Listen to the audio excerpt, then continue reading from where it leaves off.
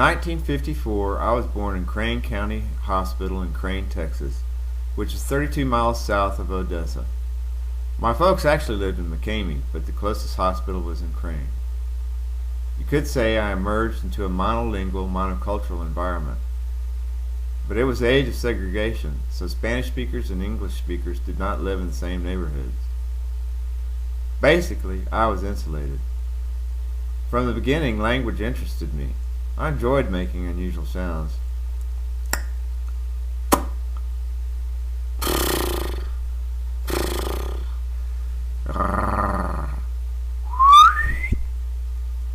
Back in the late 60s and early 70s, a foreign language was required to graduate from high school, so I picked French, and I took it 4 years. At university, I took more French.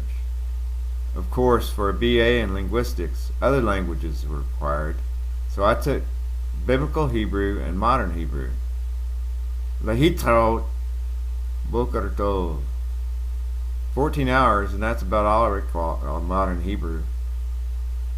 In the summer of 1975, I went and stayed with my sister in Yucatan, and various times after that as she was married to a Mayan pastor. While there, I learned some basic Spanish. While at university in 1979, I met and married my wife. The next year, we went to Arlington, and I began my MA in linguistics. And that year, my first son was born. In 1981, I visited my sister in Mérida, Yucatan, with my wife and son. Mira, mi hijo y mi sobrino y mi sobrina. By 1982, I had earned my MA in linguistics. When I graduated, we had 2 babies, and we joined Summer Institute of Linguistics. Ensuite, au printemps 1983, nous sommes allés en France afin de suivre un cours de français.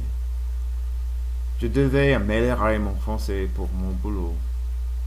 Nous y restions 15 mois. Cependant, notre 3e enfant est né. En juin 1984, quand il avait 6 semaines, nous avons pris un avion au Togo.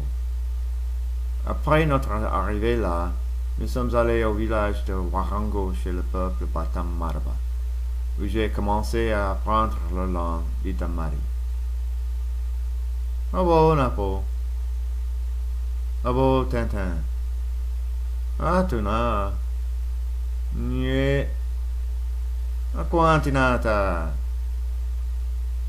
Quantinata basa. Apogo Renata. Pogo Renate Waga Waga. Aquo Cunyapana. Mbena Ganya. Dimenticabo. Pon. Quo. Quata Calanati. Pendant notre séjour à Warango, nous avons fait construire une maison traditionnelle, dite Takienta en Ditamari, un bâtiment à 10 étages. À cette époque, ma femme est devenue enceinte, donc en janvier 1987, nous sommes rentrés aux États-Unis. By 1988, I was back into woodworking. Fast forward to today, and what is my linguistic interaction like? Working in a wood shop, I may have to run 60 to 70 feet of some kind of trim. Will it have an OG profile, or cove, or roundover with a fillet? Cabinets may require raised panel style and rail doors with cock speed, picture mold, or panel mold. Starting with 8/4 or 5/4 rough lumber, we have to mill and dimension it into stiles, rails, and planks for panels. Then we glue up the planks into panels. When the panels are dry, we cut them into blanks for the door panels, chop the stiles and rails to length, cope and stitch the stiles and rails, and raise the panels on the shaper. Once this is done, we assemble it all into doors. Before building any cabinets, we have to go over the plans, check the elevations of sections to get a clear picture of what we are up to. If the parts have been CNC'd, then all there is to do is cut backs and drawer parts and start building. If not, every part has to be machined.